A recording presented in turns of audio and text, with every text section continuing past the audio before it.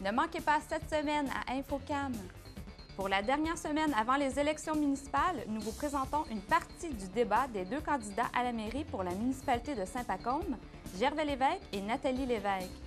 Une rencontre avec les deux candidats pour le poste de conseiller premier siège à Kamouraska. Une activité peu connue à Saint-Germain et la tournée du cinéma québécois fête ses 10 ans.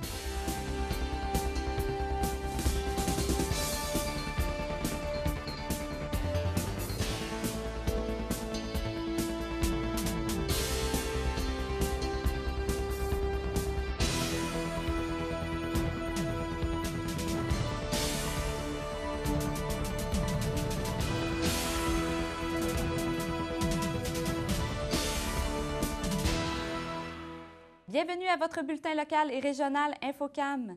Les élections municipales arrivent à grands pas. CMA TV et le journal Loi Blanche ont organisé un débat entre les deux candidats à la mairie pour la municipalité de Saint-Pacôme. Nous vous présentons une partie de ce débat et en entrevue, Gervais Lévesque et son opposant Nathalie Lévesque et aussi le directeur de Loi Blanche. Si vous voulez voir l'intégrale du débat filmé par CMA TV, vous pouvez le visionner à www.tvck.org. Mesdames, Messieurs, bonjour et bienvenue à ce débat des candidats à la mairie de Saint-Pacôme en vue des élections municipales qui se dérouleront le dimanche 3 novembre prochain. Mon nom est Mathieu Serrois, j'agirai à titre d'animateur pour cette émission ainsi que de modérateur du débat. Ce débat vous est présenté grâce à la collaboration du journal coopératif Loi Blanche Côte-du-Sud et de la web télé cmatv.ca. Je vous présente dès maintenant les participants à ce débat. Tout d'abord, les deux candidats à la mairie, M. Gervais Lévesque, maire sortant et candidat, Mme Nathalie Lévesque, candidate, les journalistes participants, M. Michel Chassé du journal Loi Blanche, Mme Marie-Christine Carrière de la web télé cmatv.ca, Mme Anne-Christine Charret de la télévision communautaire du Kamouraska. À titre de maire de la municipalité de Saint-Pacôme, j'ai encore à cœur le bien de la municipalité et j'ai encore le goût de servir ses citoyens et citoyennes. Nous nous sommes donné depuis plusieurs années des infrastructures et des installations qui répondent aux besoins de la population et qui ont permis d'accroître le développement de la municipalité. La vie m'a amené à me présenter en politique. Je n'ai pas décidé ça du jour au lendemain, c'est bien évident. Je me suis impliquée bénévolement dans ma communauté pendant de nombreuses années, je voudrais dire. Alors j'ai le goût encore de m'impliquer, à un niveau différent bien sûr, mais pour servir les citoyens et citoyennes de Saint-Pacôme, pour amener de la couleur, une nouvelle dynamique, une nouvelle façon d'administrer, une nouvelle façon de voir les choses et de développer ensemble notre si beau Saint-Pacôme. Je pense que Saint-Pacôme, sans un centre de ski, sans la station en plein air, ça ne serait pas le même Saint-Pacôme. On y a travaillé fort depuis plusieurs années, on a beaucoup de projets avec la MRC, on a encore beaucoup de projets pour l'avenir de la station. On veut en faire une ressource vraiment deux saisons fortes, soit en période estivale et au niveau de la période hivernale. Malgré un montant de 55 000 qui a été coupé au niveau de la MRC, on a quand même cette année fini avec un surplus budgétaire et on a beaucoup de projets qui s'en viennent et qui vont normalement assurer la pérennité de la station de plein air. Je pense qu'il y a un travail de fond nécessaire à faire, mais il faut savoir s'entourer d'expertise, aller chercher des gens qui vont pouvoir nous aider à faire ce travail de fond-là pour nous permettre d'assurer une pérennité puis d'assurer une permanence au niveau du financement. Et tout ça, ça va se faire, oui, mais pas au détriment des payeurs de taxes de Saint-Pacôme. Alors, il faut trouver des solutions permanentes. Donc, il faut amener les gens et on est en train présentement de préparer des projets pour emmener de plus en plus de personnes. L'année passée, on a pris des ententes avec la commission scolaire, on est en train de prendre des ententes avec des entreprises. Donc, on travaille fort présentement et il devrait y avoir bientôt une permanence pour assurer la pérennité de la station de plein air. Bien, je voudrais ajouter là-dessus, oui, je suis parfaitement d'accord avec ça. Assurer la pérennité, oui, mais c'est pas sans travail de fond. Moi, je ne voudrais pas tout le temps mettre tout le temps sur le dos des skieurs et des skieuses et des clients de la station de plein air. Je trouve que depuis plusieurs années, ils font leur effort. Vraiment, ils soutiennent la station en s'abonnant, en achetant la carte de saison. C'est très apprécié, mais ça va prendre plus que ça. Oui, les jeunes répondent bien à la vente de billets de saison. Il y a aussi la partie commission scolaire. L'entente qu'on a eu avec la commission scolaire l'année passée a donné des résultats plus qu'intéressants. On va aller chercher de l'argent supplémentaire pour assurer justement de pallier à un secours si jamais il arrive un coup dur, qu'on soit capable de rendre le service aux clients. Nous sommes présentement en démarche d'aide financière. Selon vous, est-ce que les citoyens de Saint-Pacôme sont trop endettés? Nous sommes 635e sur 686 municipalités. Donc, on est au 171e rang sur 185 pour les municipalités de 2000 habitants et moins. Donc, on est au 14e rang de la fin.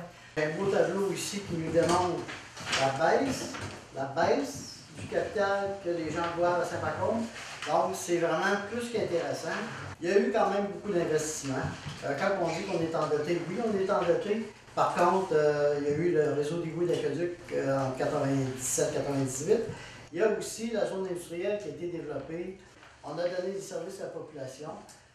Je vous arrête parce qu'on entend toujours ça. C'est toujours l'excuse des investissements du réseau d'aqueducs et d'égouts, mais ça fait 17 ans de ça.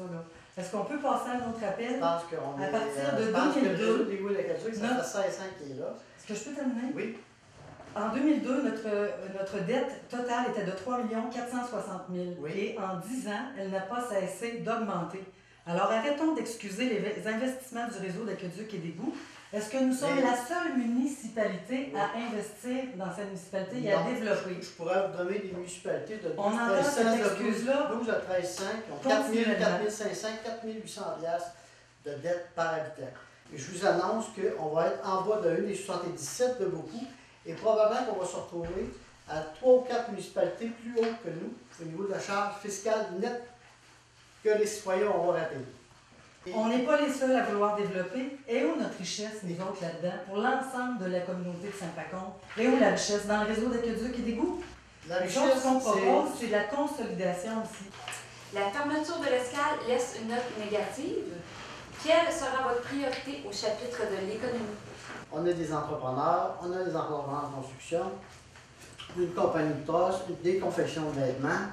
En plus, on a le ski, le golf, la Rivière-à-Saumon, beaucoup d'infrastructures. On a le centre hospitalier qui quand même crée beaucoup d'emplois. Oui, il y a l'escale qui est fermée, c'est une entreprise privée. C'est sûr que le contexte de l'alimentation n'est pas facile. Quand je regarde même dans d'autres municipalités, les restaurants sont en train de fermer. Même une ville en pleine progression comme Rivière-du-Loup perd des restaurants. Ce qu'on propose, c'est sûr que c'est un plan de relance. On va se priver de taxes. C'est quelque chose qui est là, qui nous ramenait des taxes annuellement. Donc, on est en perte par rapport à ça.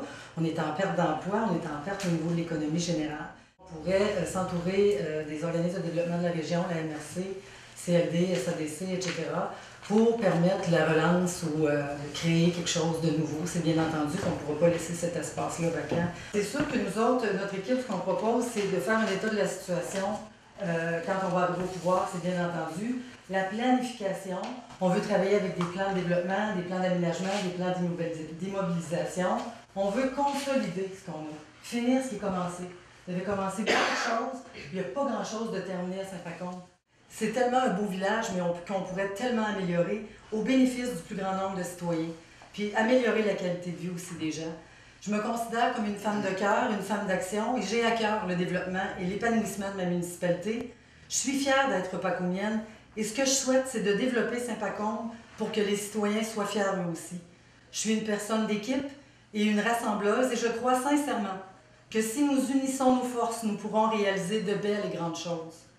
Je crois sincèrement que notre programme est responsable et qu'il va assurer la continuité du développement et l'amélioration de la qualité de vie de la grande famille des Pacômiens et Pacômiennes de Saint-Pacôme et s'assurer de demeurer dans l'association des plus beaux villages du Québec. J'invite les citoyens à se présenter en grand nombre le 3 novembre pour voter pour l'équipe Avenir Saint-Pacôme composée d'expérience en la personne de Mme Carmel Fortin, M. Daniel Jean, M. Sylvain Dubé et une relève qui amènera une nouvelle dynamique avec Mme Marie Marchand, Mme André Rossignol et Mme Caroline Maheu. Madame Lévesque, comment avez-vous trouvé le débat de ce soir? Bon, ça s'est bien passé. Je ne veux pas cacher que j'étais un peu nerveuse avant. C'était ma première expérience, alors je ne savais pas trop à quoi m'attendre. Je m'étais préparée à des questions parce qu'on ne savait pas les questions à l'avance. Donc, j'avais pu en prévoir 2 sur 3. Fait que comme mon score était quand même pas si mal. Je suis contente. Plus ça allait dans le débat, plus j'étais à l'aise. Donc, il aurait fallu que ça se continue, que je sois encore à mon meilleur. Mais bon, c'était très, très court. Je m'attendais à un débat plus punché un peu. Alors, on s'est écouté parler un peu. Mais bon, ça a donné ce que ça a donné. Mais je pense que c'était la première expérience aussi de M. Lévesque. Donc, on était à nos débuts. J'ai trouvé un débat intéressant, constructif pour l'ensemble et je pense que notre programme au niveau d'Avenir Saint-Pacôme est plus positif que la campagne adverse, mais par contre, on respecte toujours nos adversaires. Et est-ce que vous avez pu exprimer comme il faut vos idées ce soir? Oui, une partie des idées sur les sujets qui avaient été demandés, mais c'est sûr qu'une municipalité, c'est un ensemble, mais il s'agit de placer les citoyens vraiment au centre de nos questionnements. On a initié le débat à la Pocatière parce qu'en fait, depuis le printemps dernier, on a commencé à distribuer notre journal à la Pocatière. Depuis le mois de juillet dernier, dans tout le Kamouraska, le Loi Blanche s'est donné la mission de rassembler toutes les informations de la Grande Côte du Sud à travers Loi Blanche Côte du Sud. Donc il était normal pour nous, dans ce cadre de débat sur les municipales, de s'associer avec cmatv.ca, qui est notre partenaire web, pour réaliser en fait un débat, comme on l'a fait à Montmagny, dans une des municipalités de la région de Kamouraska, et on a fait le choix de Saint-Pacôme parce qu'il nous semblait qu'à Saint-Pacôme, il y avait un débat. Avec la collaboration des chasseurs, pêcheurs et trappeurs, la Fondation de la faune du Québec soutient financièrement à chaque année des centaines de projets de conservation et de mise en valeur d'habitats fauniques et autant de projets favorisant la relève. Aidez-nous à continuer notre action. La faune du Québec a plus que jamais besoin de vous. Je suis gay. Je suis lesbienne. Bisexuelle. J'étudie en technique policière. Je suis maman à temps plein. Infirmier auprès des personnes âgées. Je suis chanteuse d'opéra. Je suis camionneur. Je viens de Saint-Pétersbourg. Moi de Drummondville. Je viens de la Beauce. Région de Québec. Cameroun. Montréal. Moi, j'aimerais bien me marier, avoir des enfants. Fraîchement marié. J'ai un chum depuis 11 ans. C'est mon chum Martin. J'ai fait mon coming out à l'âge de 19 ans. 28 ans. 34 ans seulement. La première personne à qui j'en ai parlé, c'était mon meilleur ami. C'est ma mère qui m'a fait réaliser que je suis lesbienne. Moi, pour annoncer à mes parents que j'étais gay, j'ai écrit une lettre de 4 pages. Mon frère me parle plus. Je leur ai expliqué que j'étais gay, que j'étais pas différent de mon frère et de ma sœur, que j'étais juste homosexuel. On est ici pour répondre à vos questions. Toutes vos questions. Le GRI, c'est ça. Des bénévoles qui rencontrent des jeunes dans les écoles pour leur parler d'homosexualité et de bisexualité. Parce que plus on en parle, moins on laisse de place à l'homophobie.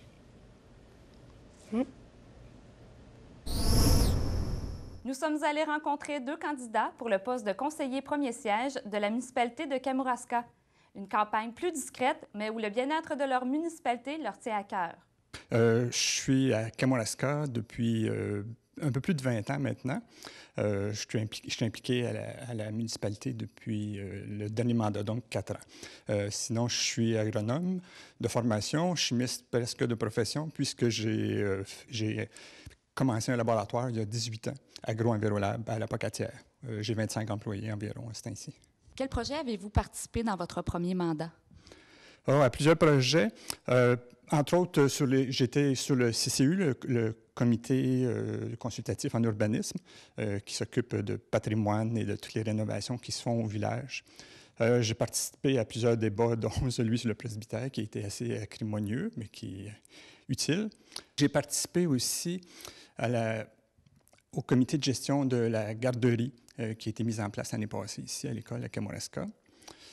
J'ai travaillé aussi au musée, sur le conseil d'administration du musée depuis 4 ans aussi. Pouvez-vous nous parler un peu, quel genre de campagne faites-vous? C'est différent puisque, comme je ne suis pas en position d'autorité, je ne fais que proposer des idées. C'est surtout ça que j'essaie de faire, de proposer soit une vision ou de se donner des outils stratégiques pour le village, autant au niveau touristique que social. Parce que, bon, il y a un beau développement touristique à faire au village. Il y a des inconvénients à ça, il y a des avantages. Ce serait bon qu'on puisse voir ce qu'on veut faire exactement et puis le travailler en fonction de ça, essayer de maximiser les avantages que ça peut avoir, puis en même temps diminuer les inconvénients que ça a aussi. Pourquoi avoir sollicité un 2e mandat? C'est justement là, pour cette raison-là, je crois que c'est la plus importante. J'aimerais ça qu'on puisse façonner cette vision-là et puis qu'on puisse savoir dans quel genre de village on veut vivre d'ici 10 ans, 15 ans, 20 ans, parce qu'il y a des actions qui doivent se définir à long terme. Puis je pense qu'on a besoin de faire ça à Kamouraska. Justement, qu'est-ce que vous souhaitez pour Kamouraska? Bon, bien, je souhaite qu'on reste un beau village, même qu'on devienne le plus beau village, puisqu'on a fini 2e au dernier recensement au concours qu'il y avait eu l'année passée. Donc, continuer l'embellissement, mais surtout avoir une vision du développement touristique à long terme et du développement des citoyens aussi à long terme, c'est-à-dire qu'il faut être confortable dans le village à tous les moments de l'année. Alors, bien, j'ai 39 ans. Je demeure à Kamouraska. Je suis né à Kamouraska. Je vis toujours à Kamouraska. J'ai racheté l'entreprise familiale de mon père en production laitière.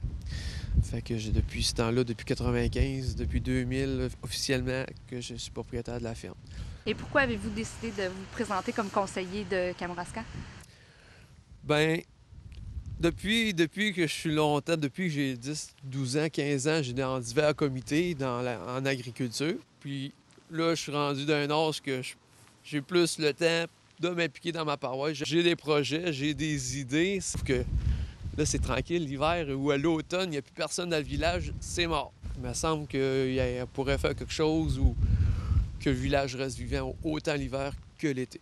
Puis essayer de gérer, bien, je pense que je vais le prendre comme une entreprise. T'sais, dans la ferme, on gère du personnel, on gère des comptes, on gère des prêts. Fait que je m'imagine que je vais déjà avoir l'expérience de le faire à la municipalité déjà. Fait que je pense que ça va être bon pour me servir aussi, là. Comment se passe une campagne quand on pose une candidature pour le poste de conseiller? Bien, j'avoue que, un peu surpris des événements, je pensais pas aller en élection. On m'avait dit, c'était venu à mes oreilles que le siège numéro 1 serait disponible. Alors, j'ai posé ma candidature parce que j'avais l'intérêt de m'impliquer dans ma paroisse. Finalement, bien, il y a élection, fait qu'on va faire avec. Puis, bien, c'est sûr que je le prends pas à la légère. Oui, je vais m'impliquer, je vais essayer d'aller voir quelques personnes, ou au moins de leur faire penser d'aller voter sans dire « Hey, vote pour moi », mais au moins aller voter. Puis si vous avez quelque chose à chialer après ou à vous plaindre, bien, vous pourrez vous plaindre, vous avez été voté. Les 18, 19 et 20 octobre dernier avait lieu le 15e congrès annuel de la Fédération des télévisions communautaires autonomes du Québec. Nous avons en studio Marie-André Dupéré qui va nous parler de cet événement majeur. Bonjour Marie-André. Bonjour Anne-Christine. Effectivement, j'ai tenu à être en studio ce matin pour vous parler du congrès de la Fédération des télévisions communautaires autonomes du Québec parce que ça revêt une importance toute particulière pour les télévisions du Québec. Ce rassemblement était non seulement une façon de fêter le 15e anniversaire de la Fédération, mais aussi c'était une belle occasion pour tous de se ressourcer. La Fédération en a également profité pour dévoiler sa nouvelle identification visuelle ainsi que le slogan qui est « Au service de votre avenir ». La journée du samedi aura permis aux membres de faire le bilan de la dernière année en Assemblée générale annuelle et de discuter des grandes orientations que les télévisions souhaitent pour leur fédération. Le samedi soir avait lieu un gala dans lequel une plaque commémorative a été remise aux artisans des télévisions communautaires. Pour clôturer l'événement, le ministre de la Culture et des Communications du Québec, M. Makakoto, est venu s'adresser aux membres dans le cadre d'un déjeuner-rencontre. Selon lui, les télévisions communautaires autonomes sont le reflet indéniable de leur communauté et sont plus que jamais essentielles dans l'univers médiatique actuel. Alors voilà, Anne-Christine, c'est le résumé que je peux faire du congrès de la Fédération des télévisions communautaires autonomes du Québec. Bien, merci beaucoup, Marie-André. Durant l'hiver canadien, la faune n'est jamais bien loin. Certaines espèces hibernent tout l'hiver. D'autres espèces sont plus faciles à repérer. Les animaux actifs peuvent laisser des traces dans la neige. Certains ont de larges pattes, comme des raquettes. Toutes ces espèces se sont très bien adaptées au froid. Alors sortez et découvrez la faune hivernale. Et ce n'est qu'un début. Pour en savoir davantage sur la faune hivernale, allez à ffdp.ca.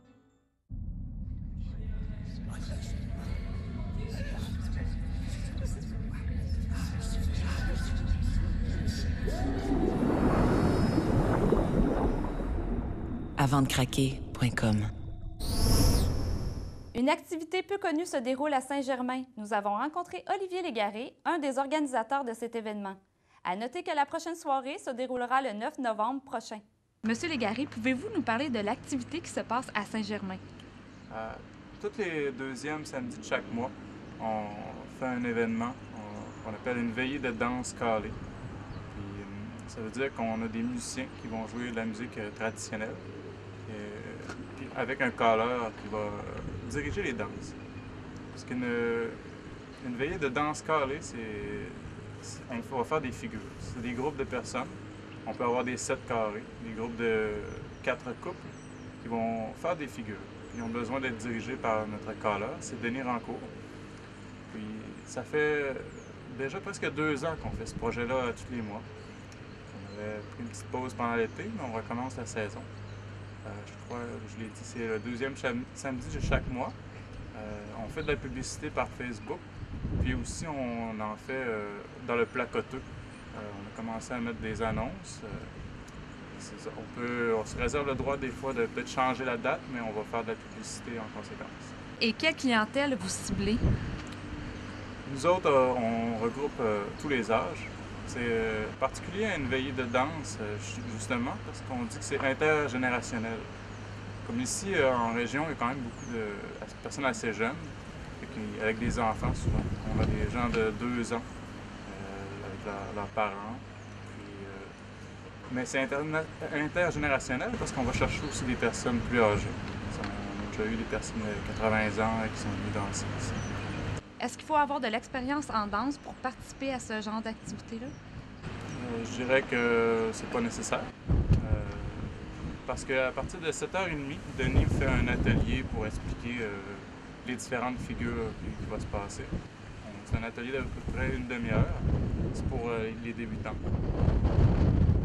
Pour leur expliquer un peu les figures. Par contre, plus qu'on revient à ces danses-là, parce qu'elles arrivent à chaque mois, plus qu'on devient familier avec les figures de danse, puis ça peut devenir encore plus amusant, et on participe encore mieux quand on commence à connaître les danses. Souvent, les gens, en une veillée, ils peuvent déjà avoir bien compris comment ça fonctionne. Et est-ce que ça coûte quelque chose? C'est 7 $ à l'entrée pour tous, puis c'est gratuit pour les moins de 14 ans. Et est-ce que c'est seulement à Saint-Germain qu'il y a ce genre d'activité-là? Non, il y a des danses calées dans plusieurs régions du Québec. C'est pas quelque chose de très commun, malgré tout, mais je peux dire qu'à Montréal, il y a les veillées du plateau, à tous les mois. Au Québec, il y a les veillées au domaine Mézeray. À Rimouski aussi, organise 2 danses par année. Je pense avec le groupe Marine Montam, je crois. Qui a initié ce projet-là? Le projet de danse, c'est notre collectif de musiciens. C'est en communication avec notre caleur, Denis. Alors, on est plusieurs musiciens là-dedans. On est, je dirais, de 6 à 8. C'est des formations variables. C'est ça. Au début, moi, j'étais pas là. C'est Marc Bilodeau, Geneviève Poulain qui ont pas mal commencé ce projet-là, je crois. La Tournée du cinéma québécois fête ses 10 ans. Le 24 octobre dernier, nous avons rencontré les organisatrices sur le tapis rouge de la projection Une jeune fille, réalisée par Catherine Martin. D'abord, Madame Mascotte, en quoi consiste la Tournée du cinéma québécois? La tournée, ça consiste à un voyage à travers 13 villes au Québec. On fait la promotion du cinéma québécois dans les villes. La Pocatière, en ce moment, on a fait Rivière-du-Loup, Joliette. On a 2 nouvelles villes aussi, dont Drummondville, où on s'en va dans 2 semaines. Et puis, on présente des films dans les écoles, des documentaires, on fait des analyses de courts-métrages aussi et des soirées tapis rouge comme ce soir.